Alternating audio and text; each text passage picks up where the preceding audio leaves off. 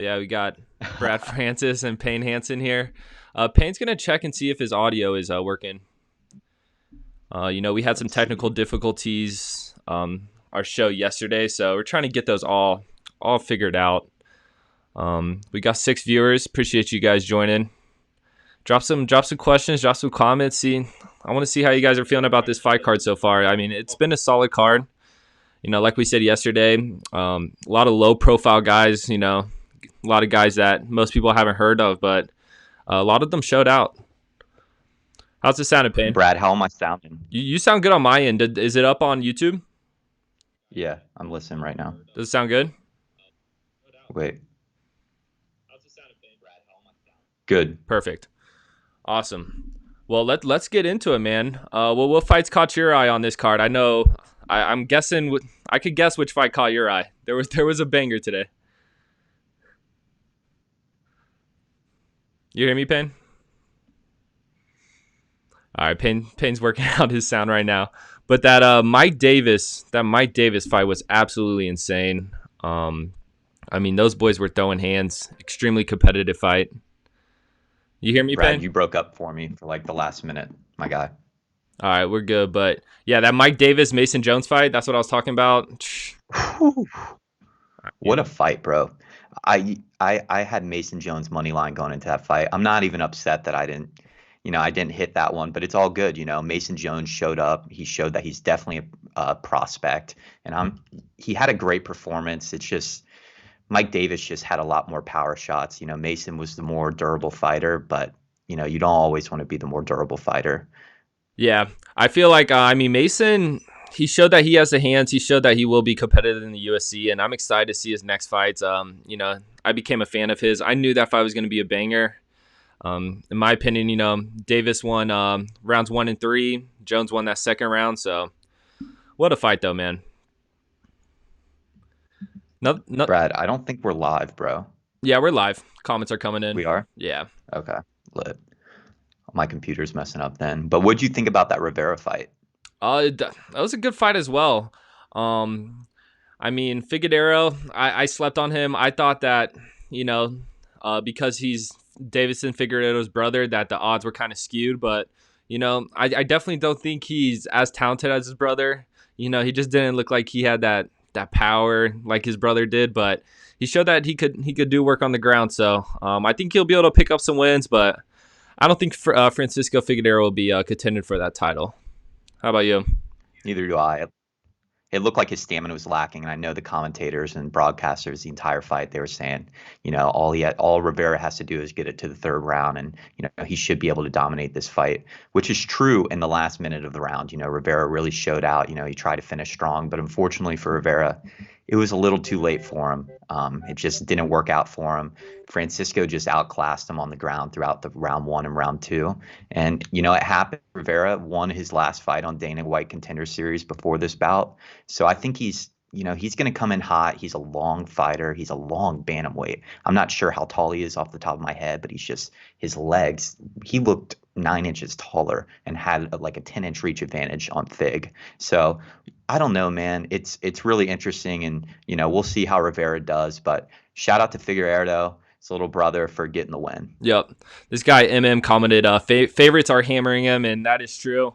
If you're picking underdogs this morning, it's been a tough day. I had a few underdog picks. I had a big pick that hit. I started off rough, but I had Sue versus Adashev. I had Sue winning by decision at plus 355, so that kind of saved my day. I hope if any of you guys listened to the show yesterday, you're able to play that one. But yeah, that really saved my day today. You want to talk about this Simon versus Perello fight that just happened? Yeah, let's do it. In the bantamweight division, we got Ricky Simon, and oh my God. He's Oh my back. gosh, he looked like a beast today. Yep. He is back. I mean, he was fighting Perello, who, was making his UFC debut, but he was on a 2-fight win streak, but most of his wins were against low-level opponents. And, he just got outclassed by Ricky. And, it happens when you're fighting that good of a fighter. And I think that Perello he didn't show up today, and, Ricky did. and I think that made the difference. Yeah, they did not do Perello any favors for his UFC debut going against the guy Simone or Simon. When it comes to Simone, I think that he will always be in that 5 to 8 ranked level, but I don't see him reaching that top 5 level. Unfortunately, he could, but we see him against some of these more higher level opponents. He takes L's, but when you give him a guy like Perello or some of these younger guys coming up, he dominates. So I don't know. Yeah, and I'm not sure what was going on with the Omari Akhmedov and Tom Breeze fight. That fight was originally scheduled to be on the prelims, but I assume since they kind of ran up on time, they moved that fight to the main card. So we were actually, we were going to give our preview, our recap on that fight, but it got moved to the main card. So Brad, do you just want to start with our main card picks and we can go back through them real quick? Yep. So I'm still going for this Omari Akhmedov versus Tom Breeze fight. I'm still going. I think this fight goes to decision at -135. I see either of these guys winning. It was tough for me to pick a winner in this fight, so I'm going with the decision. I think Omari Akhmedov is able to take him to the ground. I think Tom Breeze does have some success standing up, but I don't see him sleeping Omari, so I'm taking this fight going decision. What you got? Yeah, I couldn't agree more. I have Akhmedov money line or by decision, however you want to do it. I think Akhmedov is just a better ground and pound guy. He's a better wrestler. He's going to outclass Breeze on the ground. However, if Akhmedov isn't able to land the takedown in this fight, stand up, Breeze is going to piece him up. So I'm not really too confident about this pick, but I do like Akhmedov money line or by decision. Gotcha. And then we got the. Yep. Go ahead, Brad. Gotcha. We got that Lerone Murphy fight versus Douglas Silva de Andrade at featherweight. We got the newcomer Lerone Murphy coming in, the Englishman. A lot of people have high hopes for this guy against the veteran Andrade, who has fought some absolute animals. I'm taking the underdog in this, or not. Yeah, I am taking the underdog in this fight. Going with Andrade at +255. The favorites have been winning most of the fights of these cards, but I think this is where we get an underdog win here. I'm going with the veteran. Yeah, I have Murphy inside the distance, actually. He's coming in this fight 9-0-1. And, I do think Douglas Silva has definitely fought better guys. I mean, I'm pretty sure he has a win against Colby Covington as well. Yep. He's fought better opponents, but, I think Lerone Murphy is the real deal. And, I think Douglas Silva's prime is past him. And we'll see what the prospect does. And I've got Murphy inside the distance. Heck yeah. Yeah, actually, there's a guy on this card that beat Colby Covington, but it wasn't. Oh, it was Warley Alves who beat Colby Covington. Okay. But no, yeah, I mean this guy's beat Chito Vera, Renan Varel, so we got some guys on this card who have beat some tough opponents.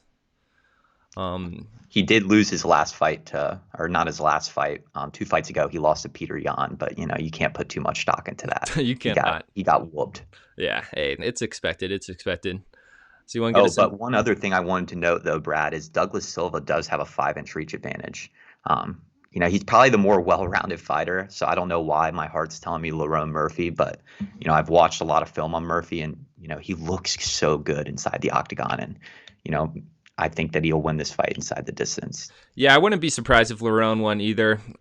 He's just one of those up-and-coming guys, but I just feel like the value here is to go with the veteran. But I don't know. We'll see. At +255, you can get some 2-to-1 odds. You get some good money back there. So that's really why I'm choosing Douglas. Wouldn't be surprised if Lerone wins. But next we got Matthew Schnell versus Tyson Nam. How you feeling about this one? Yeah, so Tyson Nam is coming in with the 20-11-0 record. Matthew Schnell is coming in with a 14-5-0 record. Schnell lost his last fight against Alexandre Pontinoli in December of 2019, and before his last loss, he was on a 4-fight winning streak. He does have notable wins over like Jordan Espinoza and Louis Smolka.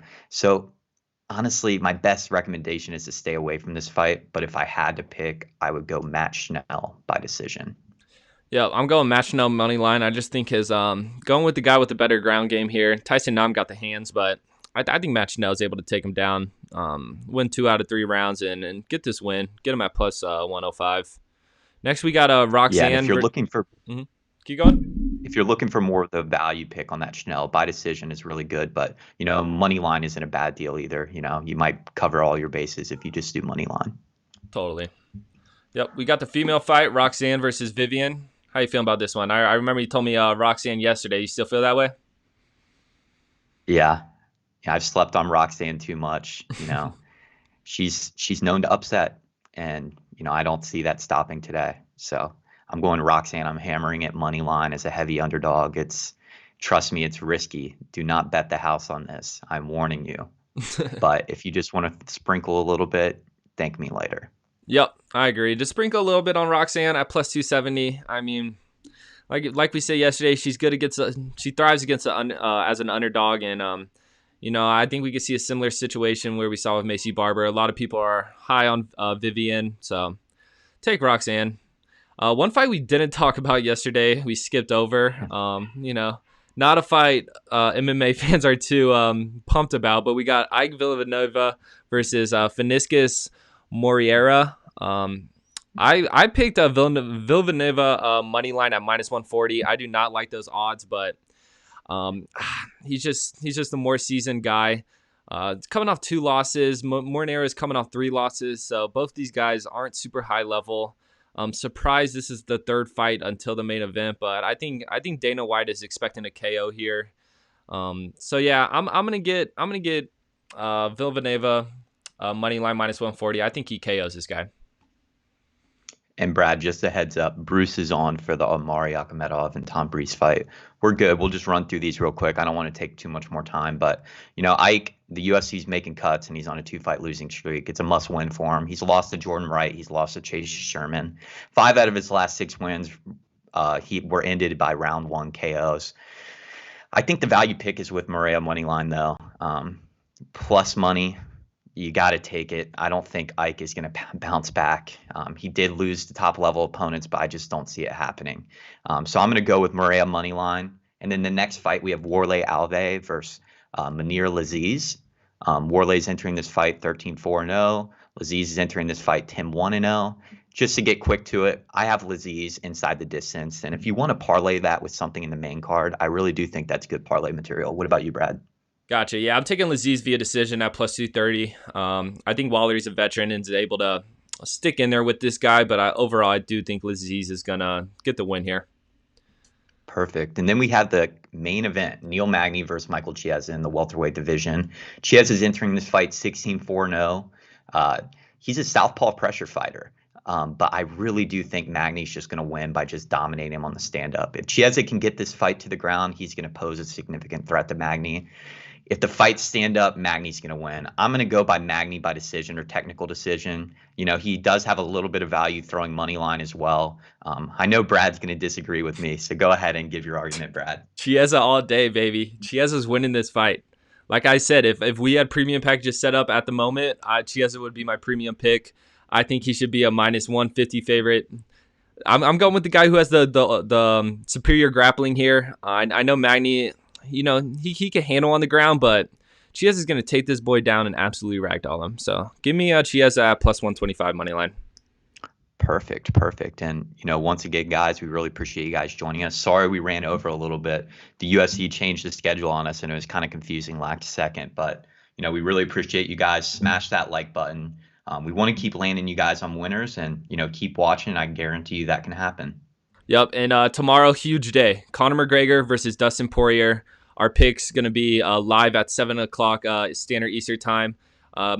We've done about 4 of these shows now. There's not a show I'm more excited about. So I'm going to put heavy research in today and tomorrow, and we're going to give you guys a banger tomorrow. So be there at 7 o'clock.